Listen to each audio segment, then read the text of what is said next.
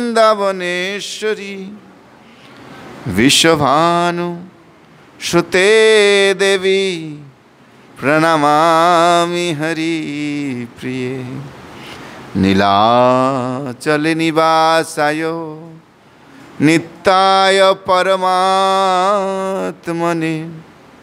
বলভদ্র সুভদ্রাভ্যম জগন্নাথায় তে নমঃ। বৃন্দাবৈ তুলসী দেবাই প্রিয়া বৈ কেশবস্য চ বিষ্ণু ভক্তি প্রদে দেবী সত্যবত্যৈ নমো নমঃ। জয় শ্রীকৃষ্ণ চৈতন্য প্রভু নিত্যানন্দ শ্রী অদ্বৈত গদাধর শিবাসাদি গৌরভক্ত বৃন্দ। হরে কৃষ্ণ কৃষ্ণ কৃষ্ণ হরে হরে, হরে রাম রাম রাম হরে হরে। হরে কৃষ্ণ। আন্তর্জাতিক কৃষ্ণ ভবনামৃত সংঘ ইস্কনের পক্ষ থেকে আপনাদের সকলকে আমরা স্বাগত জানাচ্ছি। তো আমাদের এখন আমরা ভগবানের কথা শ্রবণ করার জন্য সকলে উপস্থিত হয়েছি। কেন এখানে এই যে 9 দিন যাবৎ যে জগন্নাথের রথযাত্রা অনুষ্ঠান চলছে, তো শাস্ত্রে বলেছে কৃষ্ণ সূর্য সম আর মায়া অন্ধকার, যাহা কৃষ্ণ তাহা নাই মায়ার অধিকার।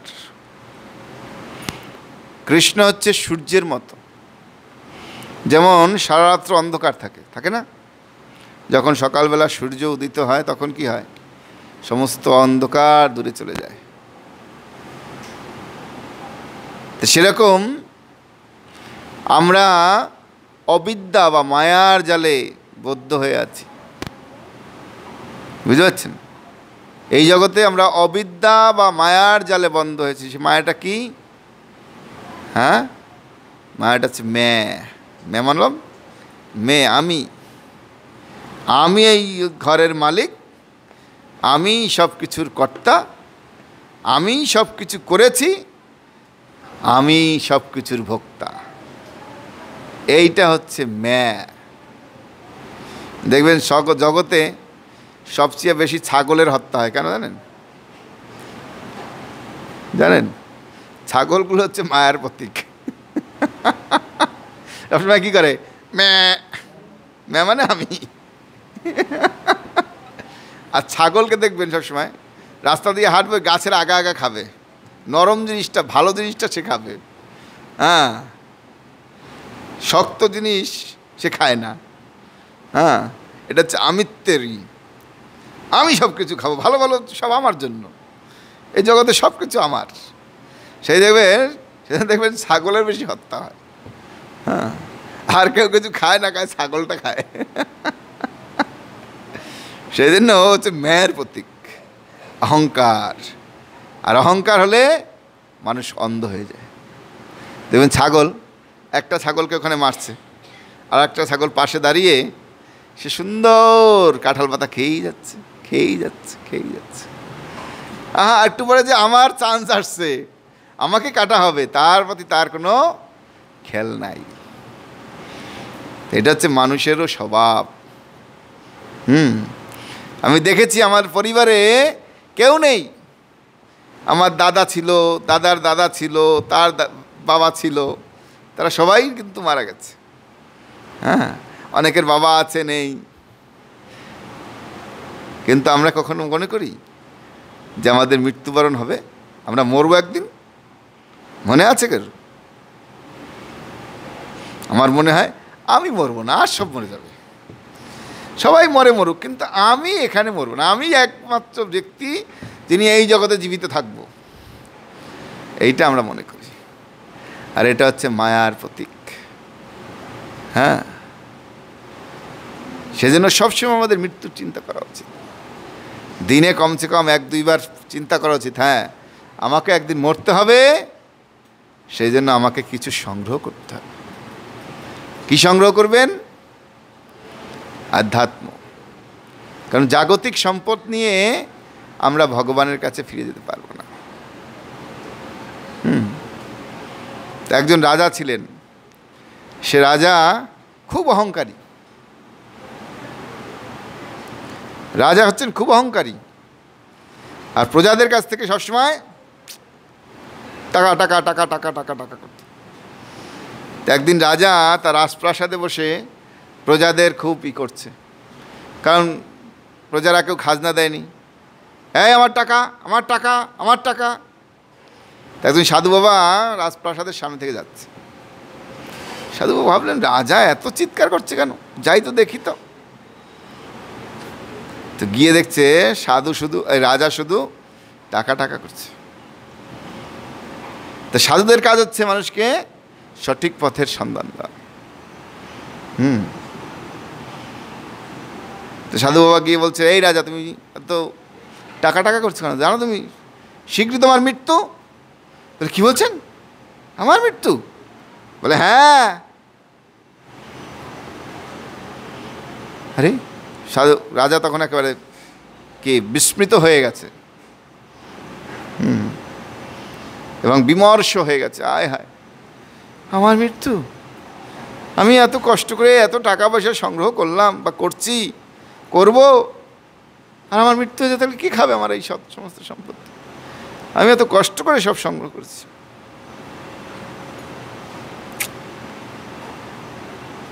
তো সাধু বাবা দেখছে রাজা একবারে বিমর্ষ হয়ে গেছে, আহা হা,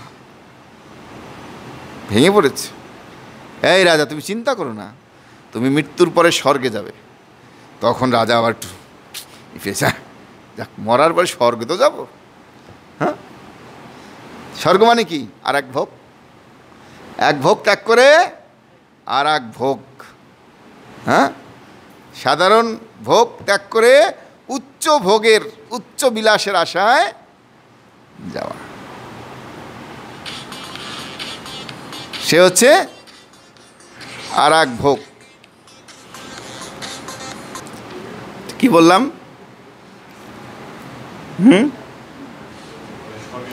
হ্যাঁ, রাজামশাই যখন স্বর্গে যাবে হচ্ছে, তখন সে চাঙ্গা হয়ে গেছে যে না, যাক, যা হোক না হোক স্বর্গে তো যাব।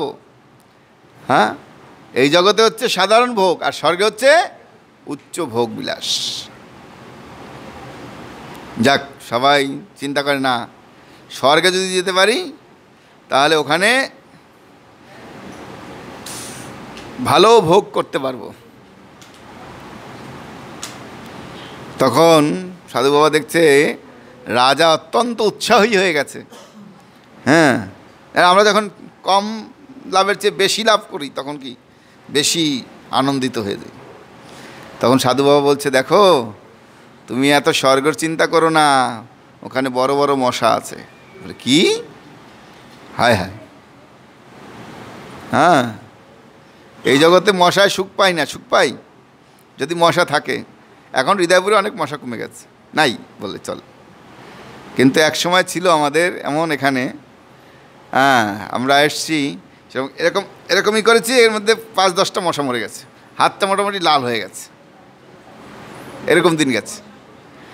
হ্যাঁ, এই যে মশা, রাজা চিন্তা করছে এই জগতে মশার জ্বালায় থাকতে পারি না, আবার ওখানে গেলেও মশা, কি অবস্থা, কি হবে? তাহলে স্বর্গে গিয়ে তো সুখ পাবো না। তখন সাধু বাবা বলছে, চিন্তা করো না, স্বর্গে না মশারি পাওয়া যায়। স্বর্গে কি পাওয়া যায়? মশারি পাওয়া যায়। আর মশারি পেলে তো আনন্দ।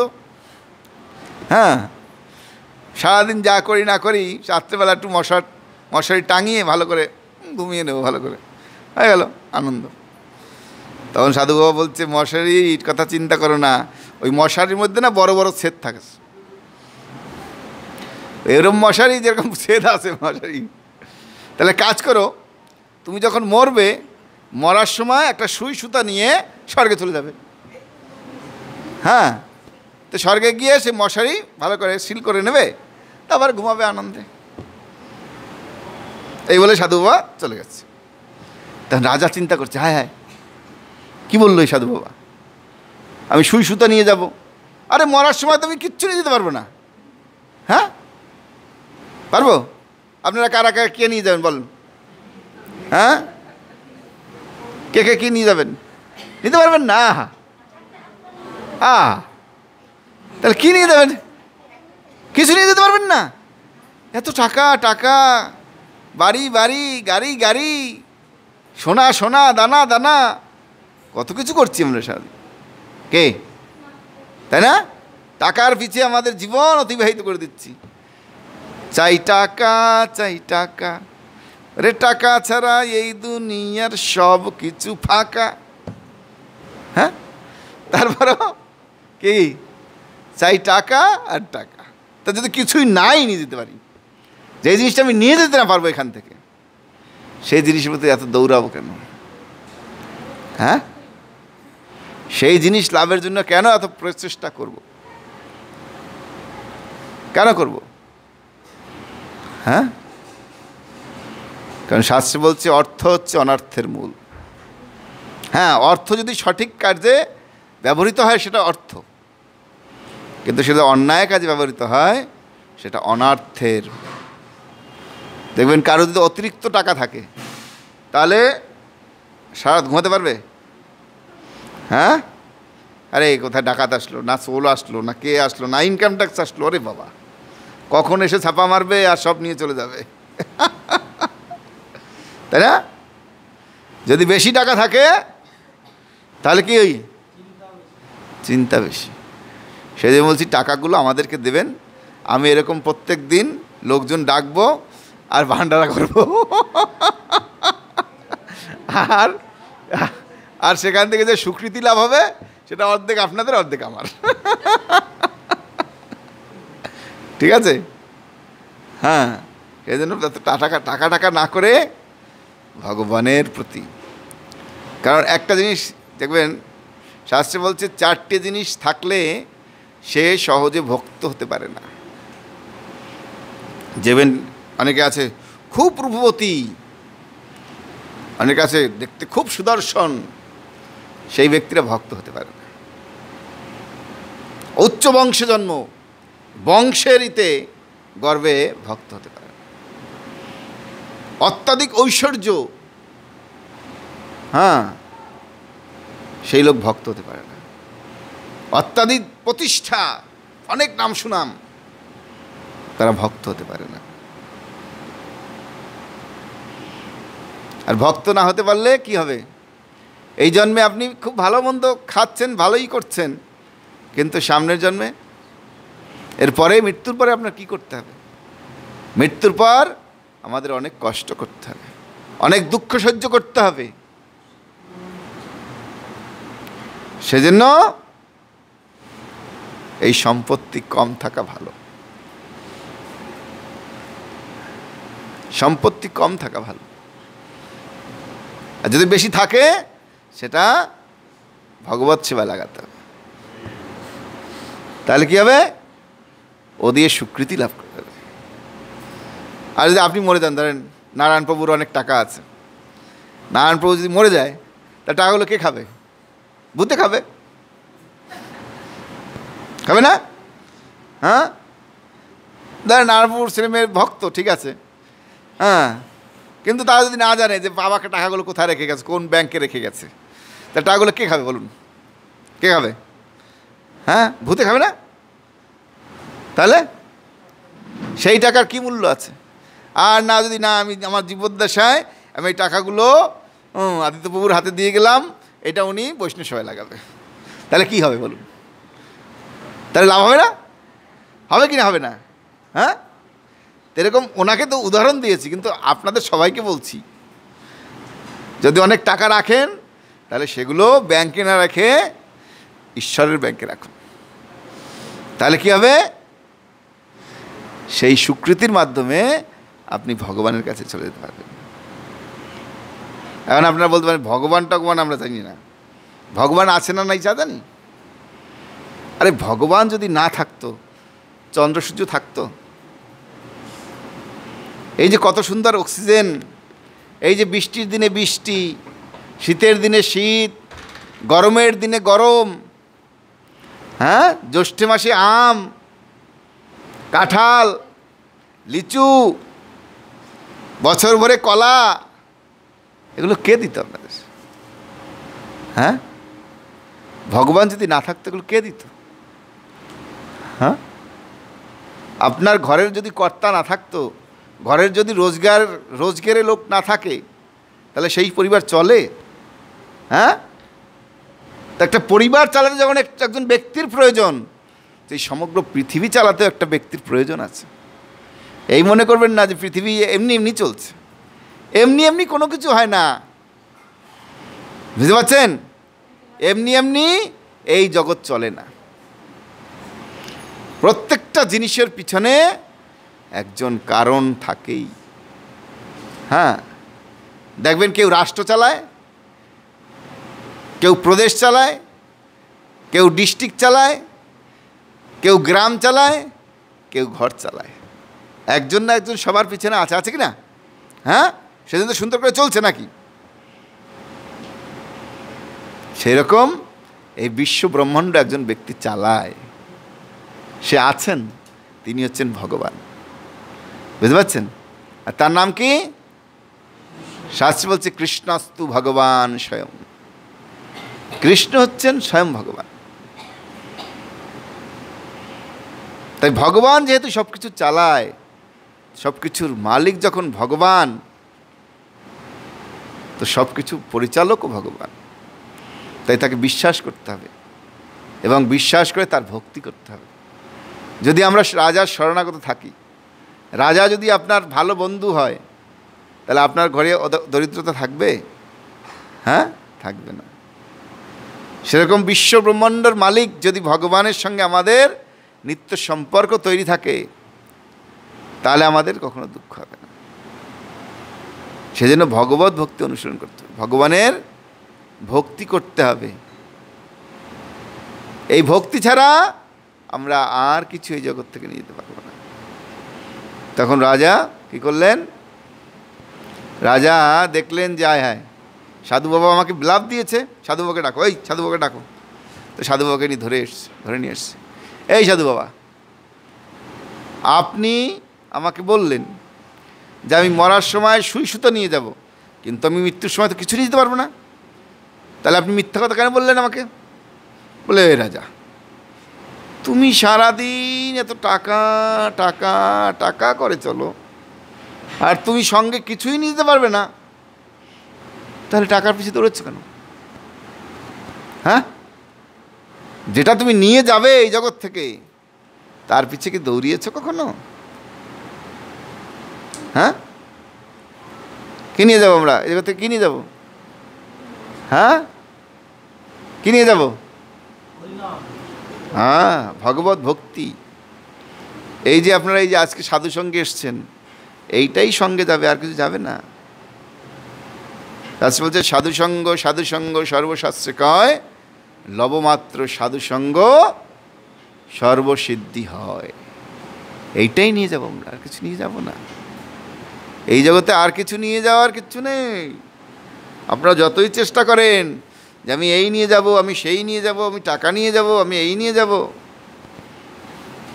যতই সংগ্রহ করে রাখুন, সেগুলো একদিন মাটির ঢেলা হয়ে যাবে। মানে আপনার কাছে কোনো মূল্য থাকবে না, সেই জিনিসের আপনার কাছে কোনো মূল্য থাকবে না। হয়তো অন্যের কাছে মূল্য থাকতে পারে, কিন্তু আপনার কাছে মনে হবে এটা মাটির ঢেলা। আমি মরে গেলাম মানে এই টাকা কোনো কাজে লাগবে? তাহলে কি করা উচিত আমাদের? আমাদের কি করা উচিত? এই মাটির ঢালার পিছে দৌড়ানো, না ভগবানের পিছে দৌড়ানো? হ্যাঁ, ভগবানের পিছে দৌড়ানো উচিত, যেটা আমরা নিয়ে যাব। হ্যাঁ, আমরা বলতে পারেন হ্যাঁ ভগবানকে ভোগ লাগাচ্ছে, এই লাগাচ্ছে, তো ভগবানের ভোগ লাগানোর সঙ্গে সঙ্গে ভগবান সব খেয়ে নিচ্ছে? ভগবান আপনাদের কিছু দিচ্ছে না? ভগবান আপনাদের দিচ্ছে। কি দিচ্ছে? তার প্রসাদ। প্রসাদ কি? প্রসাদ হচ্ছে কৃপা। আর একজন ব্যক্তির জীবনে যদি ভগবত কৃপা থাকে, তার আর কিছু প্রয়োজন আছে? আছে? হ্যাঁ, আছে? নাই।